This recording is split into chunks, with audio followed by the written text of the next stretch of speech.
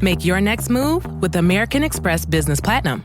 You'll get 5 times membership rewards points on flights and prepaid hotels booked on AmexTravel.com. Plus, enjoy access to the American Express Global Lounge Collection. And with the welcome offer of 150,000 points, your business can soar to all new heights. Terms apply. Learn more at americanexpress.com/business-platinum. Amex Business Platinum. Built for business by American Express.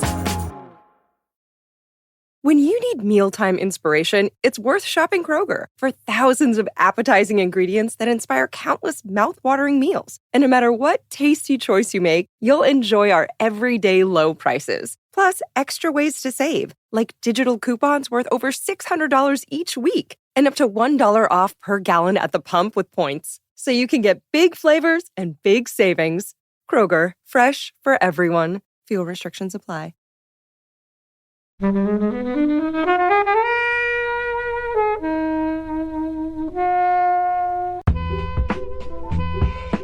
I think it's a highly recommendable film because it appeals to that kind of morbid fascination people have with like true crime, and it's very easy to sort of sell it as like this is a thriller, and like, you know, it's, as I said before, it like feels like such a movie that you can really get into. For this genre, it is really, really good because a lot of these kind of, what do you call it, like abduction thrillers. What else are you putting in this category? Well, I was saying like Zodiac. I was going to say Zodiac. Yeah. Like, I kind of feel like this is a David Finchery film almost.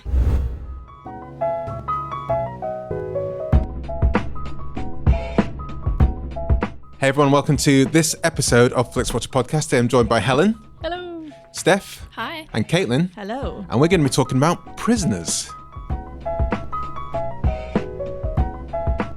Thank you, as always, to the mighty people for the mighty, mighty tunes. And thanks to Ben from Rockwood Audio for his awesome editing skills. Please do remember to write a review and rate us on Apple Podcasts, anywhere you can do where you listen to the podcast, because it really does help us. And you can join in the conversation with us on Twitter at FlixWatcherPod and on Instagram at Flixwatcher.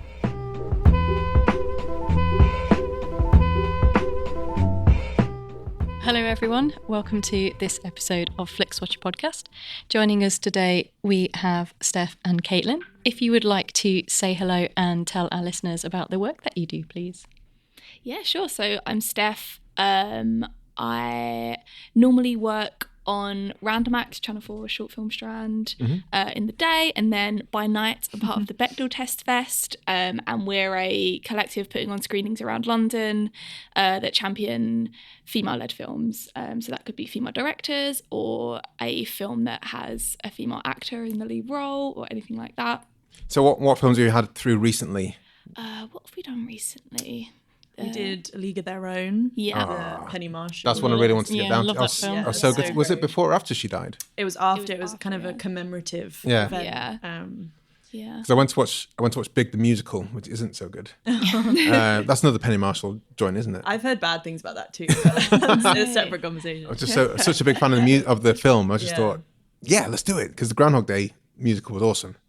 But that was by Tim Minchin, so he's got more leeway to do stuff. Okay. Yeah. But League of Their Own, what's that like on a big screen? It was great. We had such a fun screening. We did it at the Prince Charles, and it was just, the crowd loved it. It was like sold out, like really, really, really fun. So we love doing stuff like that. But then we work with kind of other film companies, and so we did Madeline's Madeline with Mubi, and all that stuff's really great. We get to sort of bring the directors down, and we have the DOP, Q&As. For Q&As. We have the DOP there. And it's just great to hear women kind of talk about their craft in that way. Well, yeah, I've still haven't been down to one, but I'm hoping to get to the next one.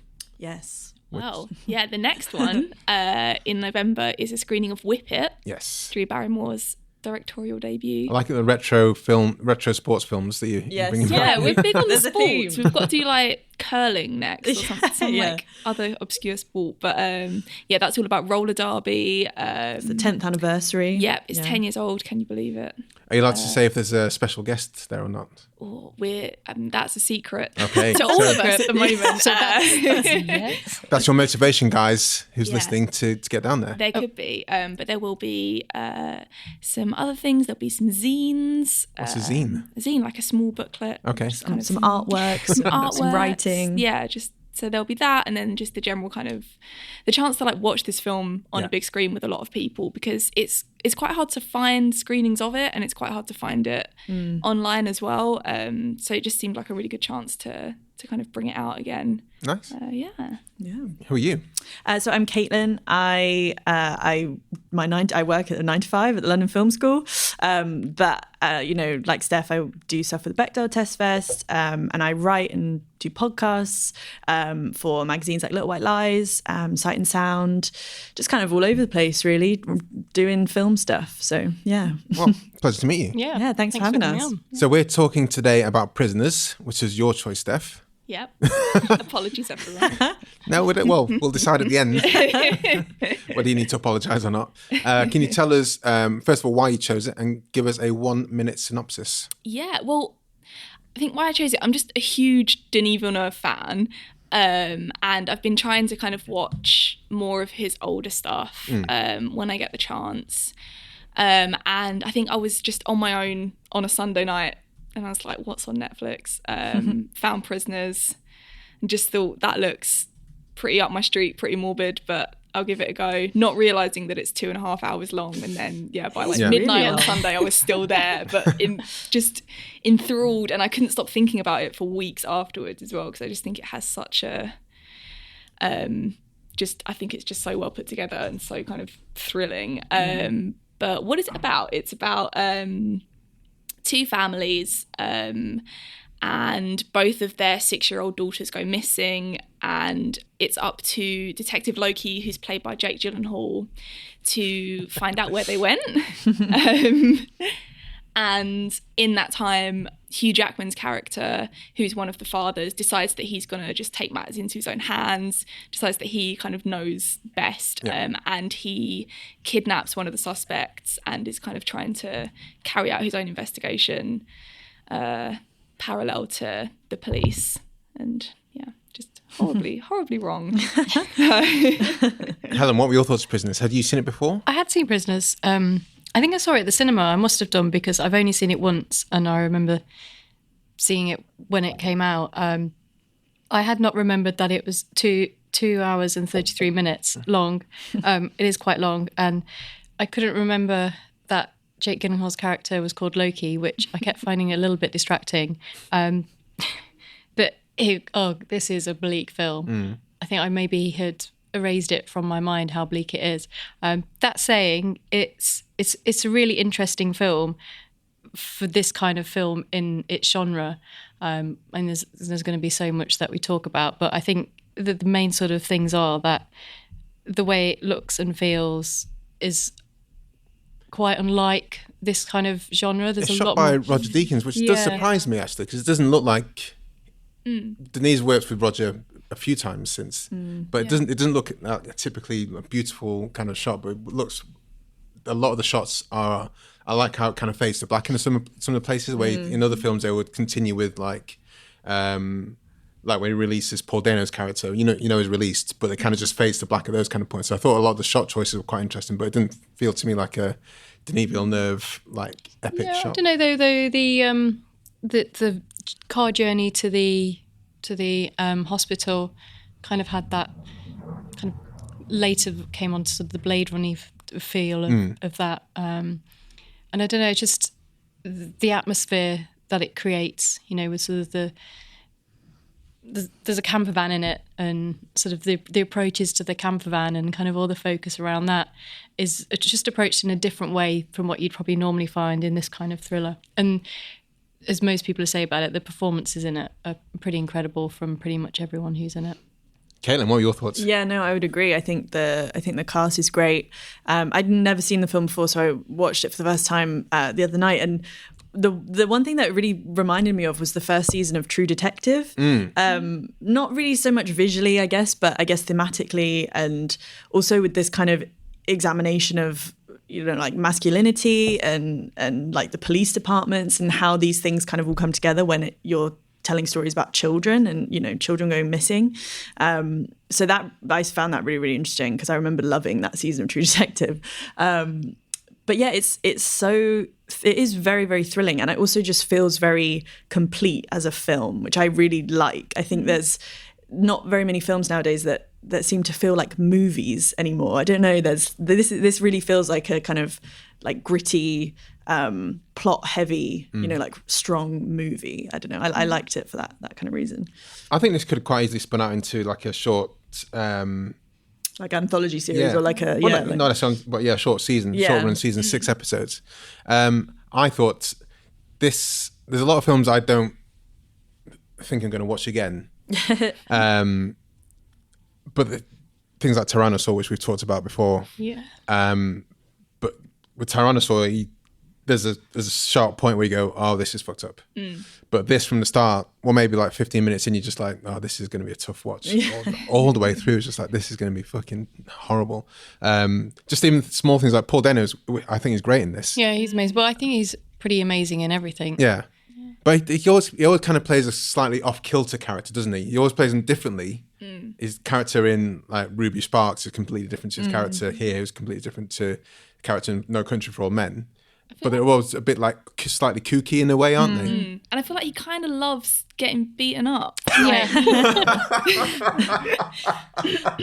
Just think about like There Will Be Blood. Oh, sorry, There Will Be Blood is what I meant. Not And 12 Years a Slave. Yeah. I swear I watched another one recently where he gets beaten up as well, like dragged through the mud. In this, just dragged around by Jake Gyllenhaal. Like some of the shots where like they reveal kind of his face after Hugh Jackman's like giving him a real pulverizing, and it's just like, it's like sickening. Like it's genuinely just awful. It's weird how like well cast I feel like he is, because I feel like he's got one of those faces where punchable. Sorry. But he looks like so innocent, and you can't really tell how old he is. It's really, that's one of those things that I always find intriguing with casting. It's like when you cast somebody because they have to fit the role of like this psycho or like something. It's because people have this certain look, and then you just feel bad for them because it's like you've been cast because everyone thinks you look kind of crazy. Like it's It was. When he was getting punched in the face by Hugh Jackman, but not saying anything, but he still had like a slight grin on his face, because he was playing an innocent potential offender. That was quite tough. Yeah, I think he did, the whole innocence of the character, knowing that he supposedly has like the IQ of a 10-year-old, and you're just watching like pure brutality. Is pretty rough. Yeah. What about the other guys? It was kind of a stellar cast here, actually. It's a big cast, like Fiona Davis. Yeah. Where was she at this point? Yeah. Who was that? Sorry, Melissa Leo. Yeah. Was that Paul Dano's mum? Yep. Yeah. Yeah, Viola Davis, Terrence Howard. Yeah. Yes. Obviously Jake, Hugh Jackman. Yeah. It was a big. pretty filled out cast. Yeah. I'm not sure what they were doing at the same time. This is 2013. So Paul Dano was probably on the up at this point, or was he? I think this was probably one of the first things I remember, kind of his name like really getting buzz around and picking him out as a kind of star. But obviously Jake Gyllenhaal and Hugh Jackman have just been kind of like, stalwarts in the industry for so long, and I think this film kind of proves why. And I was really taken with Jake Gyllenhaal in this film. Actually, I think he's amazing in this. I think this is a great performance for him. I think we've had Nightcrawler on here. We've had Nightcrawler and he's so good in that. The other one, the pig one.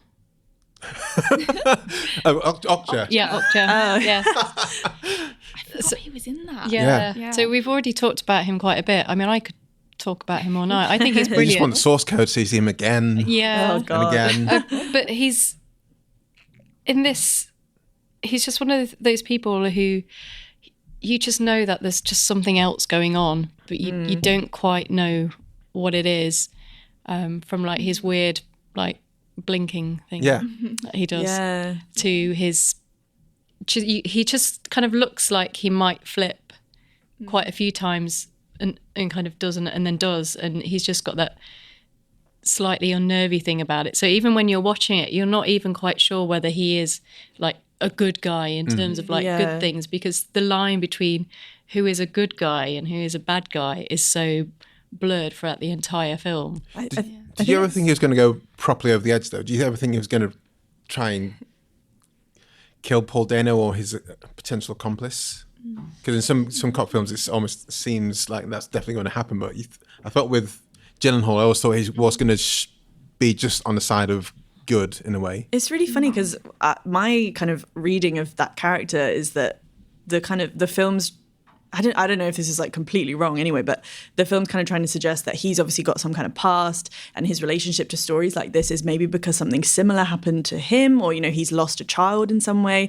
To me, it's like he's very kind of emotionally distraught and sort of torn up inside by something that has happened. Someone said to me, you should get, chill out, get a wife kind of thing, didn't they? Yeah, or have kids. And there's one shot where you see his hands where he's got a word. I think it was the name Anne or something. Right. There's like a name tattooed across his knuckles, and his tattoo's kind of hidden on his neck, and the way he sort of wears his shirt really buttoned up and his hair's all slicked back, and he kind of looks like an ex-gang member or something. Like he's got those markings of like, you know, something's happened in his past.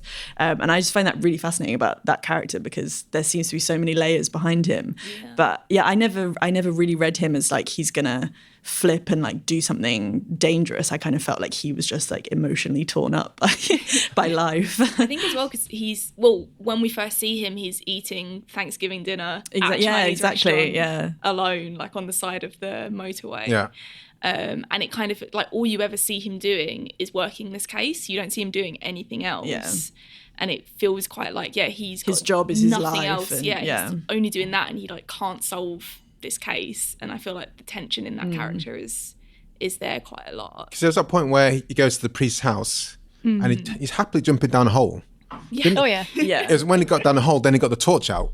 I was like, dude, get the torch. Shine it. Just shine it down the hole. Exactly. You literally have no idea where you're going. That's how dedicated it was to the role. With Hugh Jackman in this, I'm not sure I've seen Hugh Jackman in a punchy fighty role.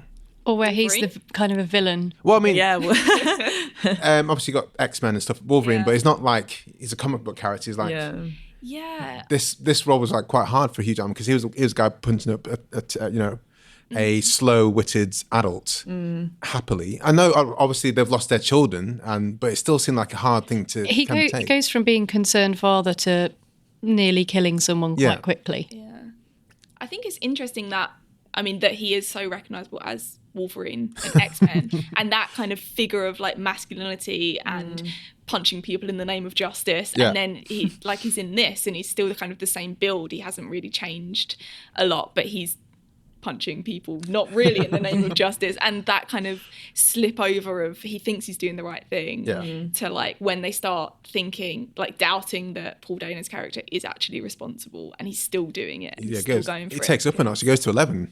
Literally the shower goes up to 11. Yes. Oh, when he actually is like, I've got to come and show you something, and it's like that shower box. It's like, no, what are you doing? Horrific. But it is really interesting because I think, this is a film about kind of that sort of masculinity that these men are driven to sort of extremes in their lives. Like Jake Gyllenhaal can't do anything except work and throw himself into this case, and that maybe there's something going on there for him personally. And Hugh Jackman is completely obviously torn up by the fact that his daughter's missing, and like just can't do anything but fight for that, and it's kind of obviously taken to a horrific extreme, but ultimately it's born out of in both cases it's kind of born out of love for something in a way. Like I think it's really interesting and like very nuanced throughout.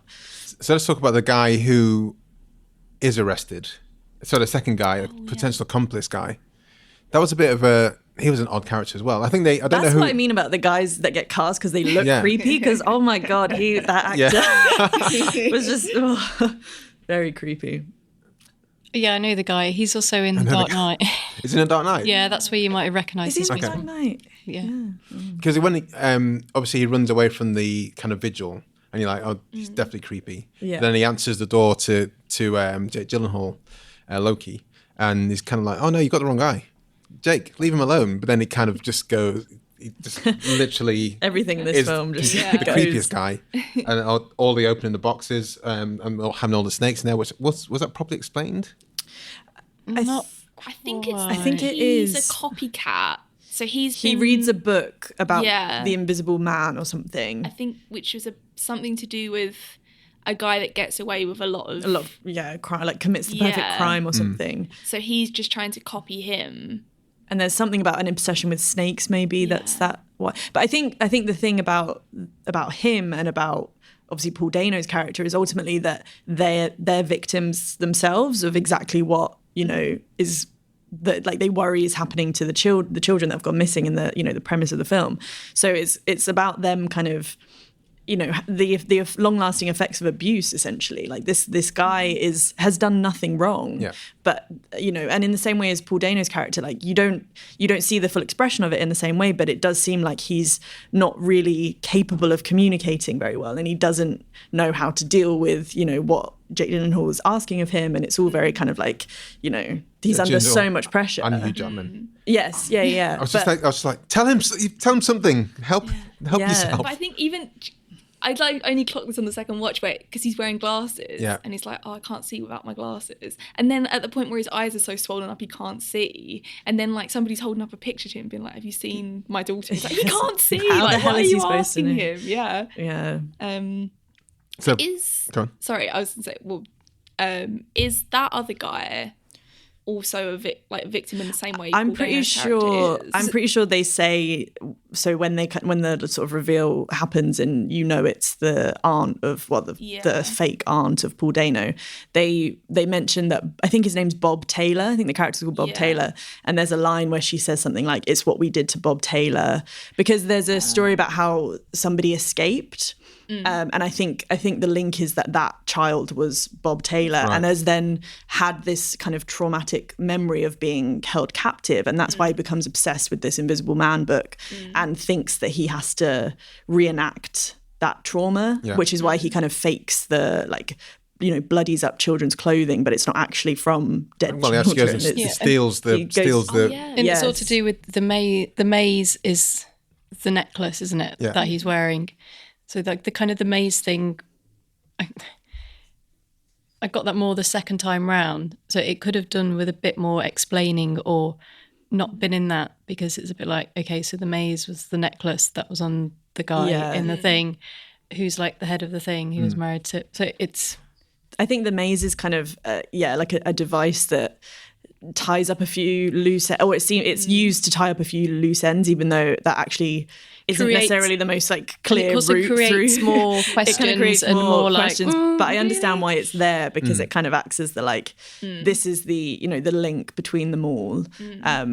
But yeah, it's there's a lot to it, I think, plot wise. But for me it works. I don't ever feel like it's muddy or like kind of like overly overdone with that narrative. I think it all kind of works quite coherently in a way, which I like about the sort of structure of it. Right, should we head to the scores, guys? Let's head over to the scores. Hello, I'm Sam Pay. And I'm Martin Zotz-Ostwick. And together we host a show called Song by Song, where we deal with the music of Tom Waits. We've been going since 2015. Every week we talk about a new track. We've made our way through 15 seasons so far of his music. And now we're going back to the early years. And if you haven't listened to Tom Waits before, it's not the growly stuff. It's not the stuff where he's hitting an automobile with a bone for percussion. It's a nice, easy way into his music. If that sounds like something you would be interested in, you should check out our website, songbysongpodcast.com, or put Song by Song into your podcatcher of choice.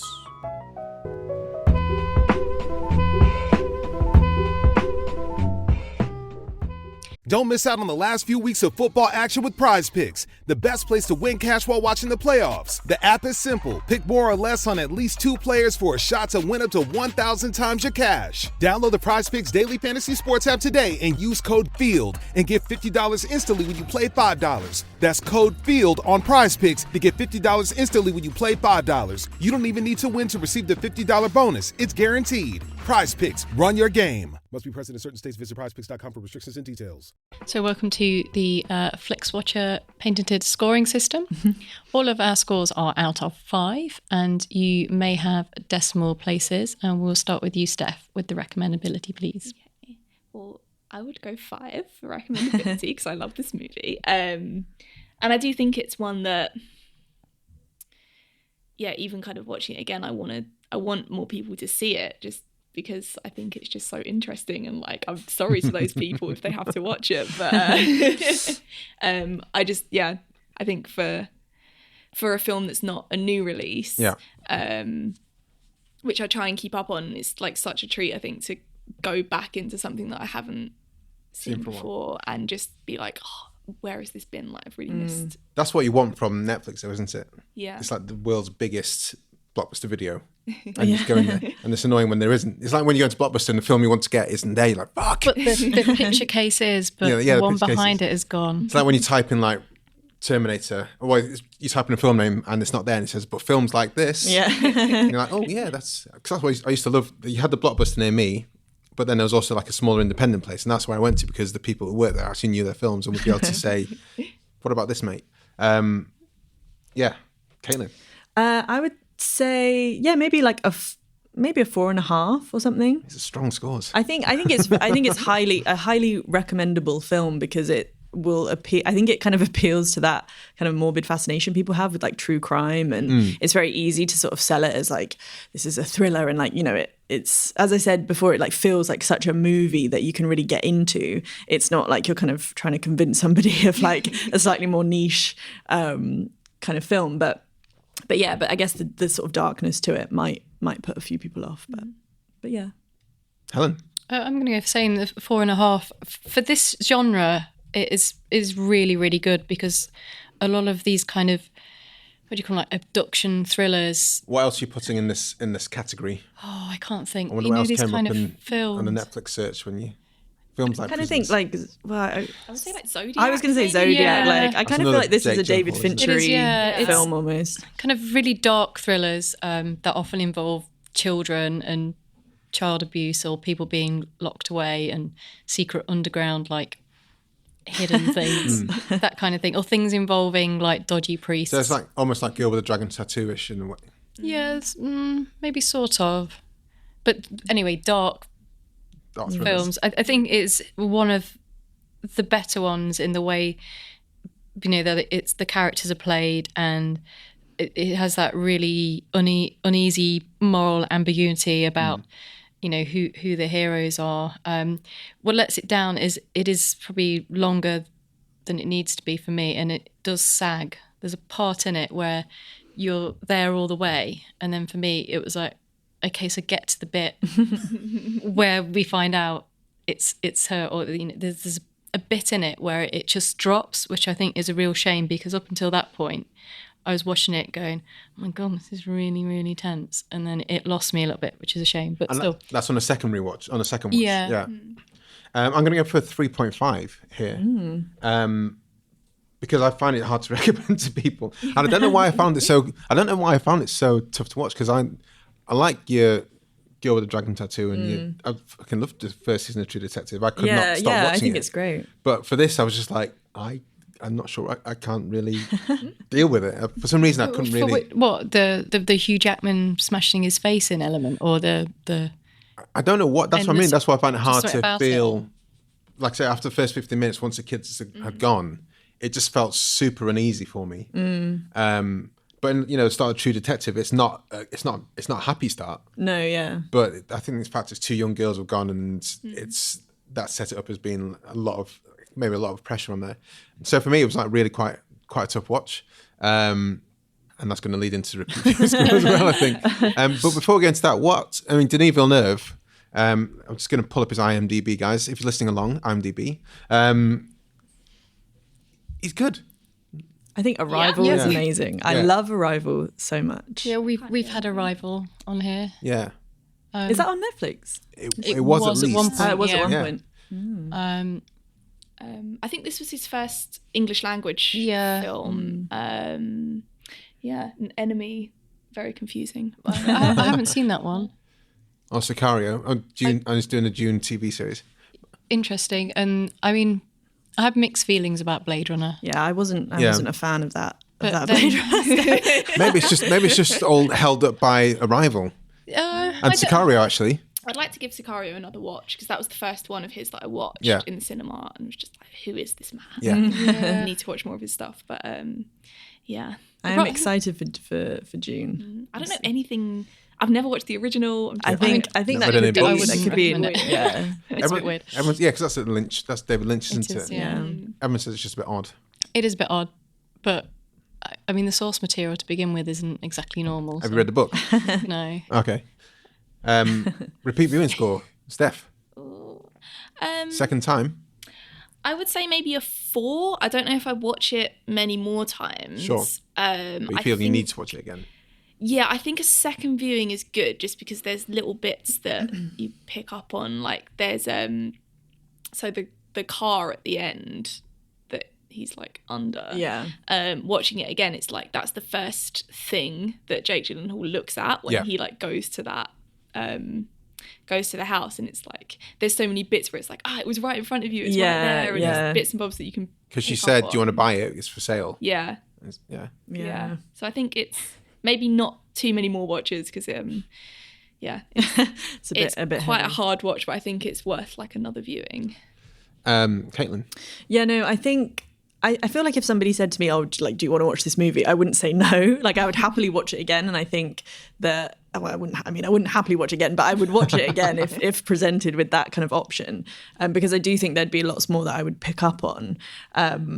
But I don't think I'd necessarily wouldn't seek it out myself. So maybe I'll give it a 3 for repeat viewing. I think in some circumstances maybe I'd be up for it, but it's heavy. I think it's a lot. Yeah. I'm going to go down the middle with a 2.5. I probably would never have watched this again had it not been picked, because it's not really... What was your kind of amorphous memory from it then? Because you said you couldn't remember what happened. Was it like a this is a tough watch kind of feeling? No, I can remember that it had Hugh Jackman in it and Jake Gyllenhaal, but I also thought it had Christian Bale in it, and I was like, no, he's not in that. So I don't know what I was thinking of that. Maybe The Prestige, because I think Hugh Jackman's quite similar in The Prestige. Yeah. Has he got a beard in The Prestige? No, he doesn't. But I think that's what he kind of reminds me of in this film a little bit. But. I've seen The Prestige millions of times. Well, not millions, but hundreds of times. But it was there's definitely a film similar that maybe Christian Bale's in around that same time. And I can remember the RV, and I can remember them going missing. And then it kind of all came back once Melissa Leo's character came in. I was like, under the thing. It's like, okay, that's great. So had I not rewatched it, then I'd be like, did that happen? I can't really remember that. So it was good to obviously rewatch it for this, but I don't know whether I would have gone back. But then rewatching it for the second time, apart from the obvious bits I didn't remember, it was also a bit like, okay, that makes a little bit more sense now. So if you've probably seen it a while ago but can't really remember it and were a bit like, I'm not sure about it, then do go back if a good amount of time's elapsed. But if you kind of feel as though you've got everything out of it, then I don't know why you'd watch it again. It's not something you sit down and go, fancy a bit of Prisoners, or a bit of... People who are do that, but... Jauntily heading back to your flats. Yeah, you're going to watch it. You guys watched it the second time. Could you tell, were there any other clues as to where the girls were apart? Because the car thing wasn't really a clue. It's just like, now you know where it is. Yeah. Was there anything that Jake or Hugh kind of missed out on, you thought, that you think you picked up on the second rewatching? I don't think so. I don't think there's like clues that are given to you. Yeah. But it is that moment where Paul Dano's character says they only cried when I left them. Yeah. And that for the bit is where you're like, hanging on. There is something here. What is going on? And then when he takes the dog for a walk and he's holding that's fucking And there's so many things like that, and you're like, what? Oh, yeah. One thing I found oddly creepy was the Rob Taylor, his I don't know, accomplice or friend or whatever relation they had together. But when he'd been arrested and he was drawing the map, when he was drawing the maze. The way he was like holding in handcuffs, like having to draw. He was drawing it together and kind of like checking things, and he was doing it so shiftily. I just thought, it just felt icky looking at this guy. So what's your repeat for 2.5, wasn't it? Yeah. I'm going to go for 2. I think I'll watch it again after like 7 years or so to remind myself, maybe once I've forgotten the main plot points. But I think I don't think I'll be watching it much. Small screen score. Steph. Yeah. Do you see it at the cinema first? No, and I really would like to, especially for the sound design, because I think there's a lot of like sound elements and the score, like Johan Johansson. Is it Yo-Yo? Yeah, who he's worked with on Arrival. Sicario, Arrival. Yeah. Yeah, I think that... This is not... Would you listen to this soundtrack in isolation? There's like little bits, yeah. Watching it kind of out of a TV is quite... And there's kind of a bit at the end where you kind of need to hear it to really kind of get the full kind of force of the ending. And I think that suffers a little bit from watching it on a small screen. But if you've got loudspeakers, then fine. Sure. Yeah, so maybe like a 3. I think it would be nice to see it on a big screen, but yeah. I agree. I think a 3. I think maybe on a rewatch, if it was possible to see it on a big screen, because this was my first time viewing it, so I never saw it in the cinema.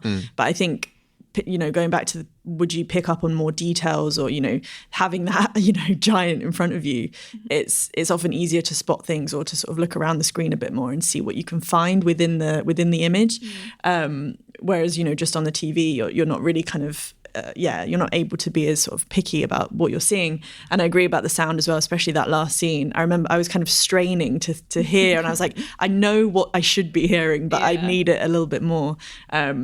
But it wasn't a terrible viewing experience on a TV. So, Helen, I'm pretty sure there's no way I would have seen it not on the cinema. I'm pretty sure I went, I don't know which cinema, but I definitely remember seeing it big and on the screen. And yeah, the sound was a key thing. I mean, I think it is fine on the TV. It kind of has that weird kind of claustrophobic thing when you watch this type of film and you kind of bring it into your safe home. So I think you go for a 4.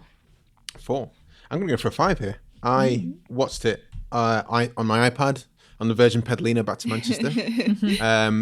But I did have my big comfy headphones on, so it probably made a difference.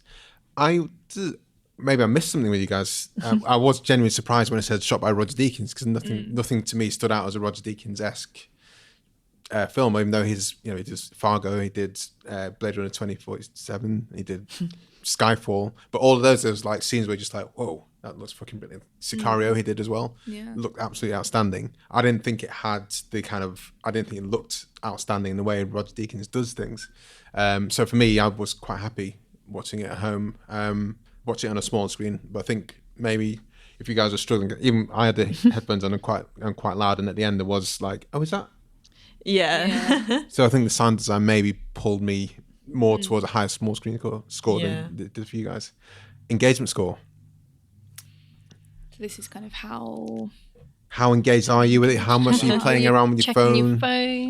I think I was like a 5 for this. Like I try not to pick my phone up during, like, when I'm watching stuff at home anyway, because otherwise you're not watching it. And for this, it's like phone across the room, like, because I just think the whole kind of, you're caught up in the mystery and you're kind of trying to solve it at the same time. And then I feel there's so much going on with the relationships and characters. I just think it's super engaging, even for a long film. Yeah, I think I would give it a 5 as well. I actually had to pause my viewing halfway through, and that was the only time that I became aware of how long it was. And I kind of paused it and thought, oh my God, there's still so much left. But in a way, I was kind of, I was sort of eager to get back to it and carry on watching, because it didn't, you know, I didn't really notice the length. I was very much like drawn into the narrative and wanting to know what was going to happen next, and it kept me kind of. Yeah, it kept me sort of there for the whole thing. So I was totally engaged with the story. I really like it's not enjoyable, but you get so into it. Helen. So you do have to be engaged in this, because if not, then you're going to miss key moments. But I'm trying to think where it was it lost me. I think it's when Jake Gyllenhaal's character tries to tail Hugh Jackman. And basically they end up sitting in the car having that conversation. And then not that much happens after that for quite a while. Right. And that's when I was, I'll have a look and see what this person... And it didn't really bring me back in again, because I was just waiting for the story to pick up again and it to move on, because it felt like there was a period where nothing much was happening with anyone. And they could have lost the 20 minutes of when I got bored and made it a little bit tighter. What was that before or after the scenes where they're going through the photographs? Terrence and Viola, and then Hugh Jackman. That's before. It's before that. Yeah, this is before. I think it's pretty much before they arrest that guy anyway. Yeah, and it's before Jake Gyllenhaal goes to the house. I think it's before then. So there's just a bit where, okay, he's beaten him up for a bit, but they haven't moved any further with the investigation. And it's just a bit like, well, you need to make the move to make the story. It's funny because I quite, like, I didn't really feel that much, because to me it was like Jake Gyllenhaal was getting so close to finding Paul Dano, like locked up in this bathroom. And, you know, as it went on, I was just sort of like willing that to happen more and more, because you feel so awful for what's happening to this guy. And you just hope that you know, there's that scene where he does walk around the house and he skips the bathroom because somebody calls him. Yeah. And you just think, you were so close. What did you score 4? Yeah. I don't think I said it, but that translates as a 4, doesn't it? I think. I'm going to go for a 5. When you're in it, you're in it, and it was engaging. It was not terrifying, odd, and because I was in a train, I did have to stop, transfer to the bus, but then I always put it straight back onto the bus to get back to my parents' house. And I'm not sure there isn't a mystery to solve. And I don't think it is as, when you talked about True Detective, that for me was like, I could have started that at 9 o'clock in the morning and watched it all the way through if I didn't have to work after the first day I watched it. But I still think there's something about this. And I wasn't so disengaged as yourself. I really loved he finds a house somehow and Hugh Jackman's there. And Hugh Jackman starts then pretending he's sleeping rough and drinking to try and distract him from it. I thought that kind of duality between those two was quite good. And I really love that scene where he said, was after they found the sock and said, "You made this happen." Yeah.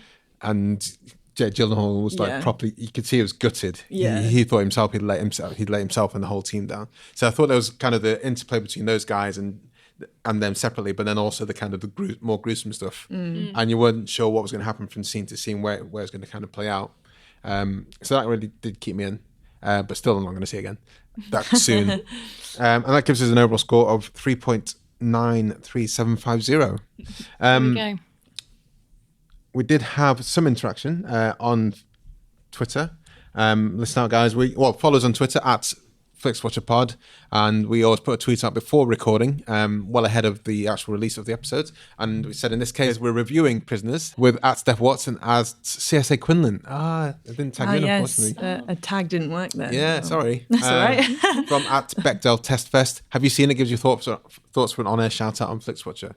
We had one response from a firm retweetee of ours, Top Film Tip. Steph, do you want to say this one? Yeah, sure. They say, Machiavellian father and dogged detective, search for missing girls in gripping, unflinching and morally grey metaphor prisoners, bleakly compelling exploration of desperation, unconscious bias and retribution, 5 hot showers out of 5. Yeah. I think you told me it's 5 cold showers out of 5 hot showers. Oh, God. That was a horrible scene, wasn't it? Yeah. Even when I went in the shower this morning and it was too hot. When he first started, it's like, shit, let's put Paul Dano through that. Not to pick holes in certain of these things, but... You think the shower's quite big? You could have hid in the corner. No, I'm just thinking that how many days was he there? I think he should have been 6 dead. days. Like, surely he 5 or was. 6 days. Starvation happens... Starvation's like after 3 weeks. Lack of water would get But you straight away. I was just thinking, I'd be catching up water and like picking up from the bowl. God. And how does he go to the toilet? Well, I think you just have to deal with it. Yeah. If you're in a shower and you're being rinsed down, then a lot of it will wash away. This is getting sadder. Yeah, sorry. There's Yeah, just but the practicalities of it. And also, there's no way that I'm just thinking this, that Hugh Jackman would have been able to like get all of the blood off before going home from like his hands, because there was no running water in that house. So where did he go? Well, there was running water because there was a shower. Yeah, but not in the taps because the sink was all broke, and he wouldn't be able to like have a little wash in the shower. Yeah, but we didn't see the full layout. You think there was another bathroom? If he managed to plumb up a shower, there was definitely running water somewhere else. There was a nice ensuite that he was dousing himself down in. Just picking small holes in it. Sorry, prisoners. Cool. Caitlin and Steph, can you tell us where we can find you online and then sign off to the listeners, please? Yeah, so on Twitter, I'm at CSA Quinlan, and that's mostly where I share articles and anything I'm doing. So that's probably the best place to find me for all film-related stuff. And you can find me at _Steph Watts on Twitter as well, which I'm mostly on there. So, yeah. And also at Bechdel Test Fest, of course. Yes, at Bechdel Test Fest. How can people find out about the shows that you're putting on? We need some websites. Yes, the website, guys. Twitter at Bechdel Test Fest, and Instagram's the same handle. Yeah. The website is BechdelTestFest.com. Most of our comms go out across those platforms. We also have a newsletter you can sign up to. You can sign up to that on our website and on our Facebook page. Generally, it's Bechdel Test Fest across the board. So come and find us. Fantastic. Thank you very much. Thanks for coming on. Thank you. Bye. Enjoyed this episode of Flixwatcher podcast? Why not leave us a 5-star review on iTunes? You can also follow us at FlixWatcherPod on Twitter, and we're at FlixWatcher on Instagram. Thanks as always to the mighty people for their mighty, mighty tunes, and Ben from Rockwood Audio for his awesome editing skills. If you're looking to get your podcast edited as sweet as this, get in touch with Ben, and that's Rockwood, ROKK Wood Audio. Tell them Flixwatcher sent you.